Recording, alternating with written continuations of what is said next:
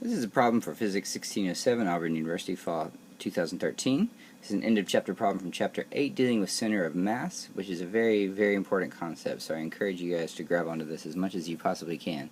The situation which we're given is this. We've got two particles. One is at the origin currently at x equal to 0 meters, and I've just drawn the x-axis on this drawing. One particle, which we'll call M2, is sitting at x equal to 8 meters. And we've got a center mass of the system which is at x equal to 2 meters. We're given that the particle 2 has a velocity of 0. We're given that the velocity of the center of mass is 5 centimeters. It shouldn't be centimeters. Get this, should be 5 meters per second. Unit fail. And we're not given that particle 1 has velocity, but you can probably reason your way through to seeing it. If particle 2 is sitting still and the center of mass is moving, particle 1 better be moving, right? And furthermore, in this case, it needs to be moving in the same direction as the center of mass. But what we're asked to find in the first part of the problem is the mass at the origin. So your book has this really handy formula, and I'll write it in scalar form. There's a vector form of it. I'll just keep it in scalar for here, which is this. The position of the center of mass, in this case the x position, is equal to the summation over I.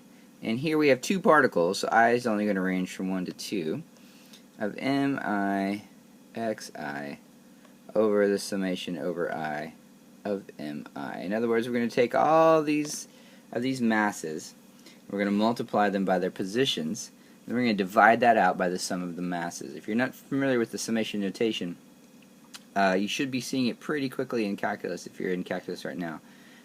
If you're not, you can come talk to me or Google it. It's not that big a deal. But in this case, we only have two particles, so this summation is pretty easily done. So I'm just going to go ahead and do it. So I have m1 x1. This is the case when, I don't know why I put an I there. This is m1 x1, the case when I is equal to 1. And then I'm going to sum m2 x2. And of course, if I had more particles, I'd make more terms in the summation, but I don't. So this is going to be over. I'm going to sum up the denominator, m1 plus m2. And that's it. And it gets a little simpler because we're told that x1 here is 0, so this term goes away.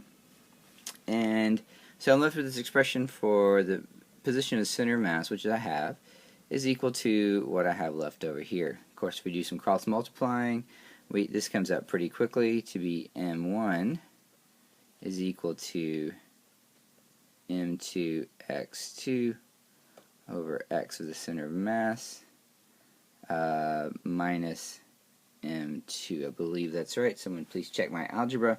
But I just cross multiplied and solved for m1. No big deal. You guys can see right through those steps. So there you have it. And the second part asks for the velocity of the mass that's at the origin.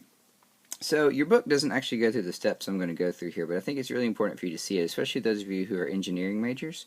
You're going to see this again. So I'm going to go to a fresh sheet where I've written just exactly the expression I just wrote. The coordinate of the center of mass is equal to this expression, summation of m sub I x sub I over summation m sub I. Now, we know this basic definition, right? The velocity is equal to the time derivative of position. So, how do I turn this expression into an expression for velocity? I just take a time derivative. So the left side of that is pretty self-explanatory. And the right side may take a little bit of thinking about to get through, but we'll get it. So what goes here is just this stuff, right? I don't really feel like writing that again, but you guys can see that. So the left side very quickly becomes v center of mass is equal to this. Now how do we take a derivative of the summation terms? Well, hopefully you know by this point that a derivative of a sum is just the sum of the individual derivatives. So this works out pretty easily. Let me get a different color here real fast. Notice we've got constant terms on the top and bottom. This m sub I is constant, m sub I is constant. In other words, for every mass, that mass doesn't change. So I can write pretty quickly. Definitely on the bottom, nothing happens. We've got m sub I. On the top, I'm going to have an m sub I, but then when I take a derivative of every one of those x terms, with respect to time, I'm going to get a v sub I. Hopefully you guys can see your way through that. All I'm doing is I'm taking a derivative of the individual terms in the summation, then I'm putting them back together in a summation, recognizing that my mi is just going to come out because it's a constant. My x sub i's are going to turn into v sub i's because I'm taking a derivative of them with respect to time. And then I get this nice expression for it. So in our case, this is just m1 v1 plus m2 v2 over summation, well, I'll go ahead and write it out, m1 plus m2. Now we found m1 here in the first part of this. We don't know v1, that's what we're being asked to find. We know m2, we know v2, we know m1, we know m2.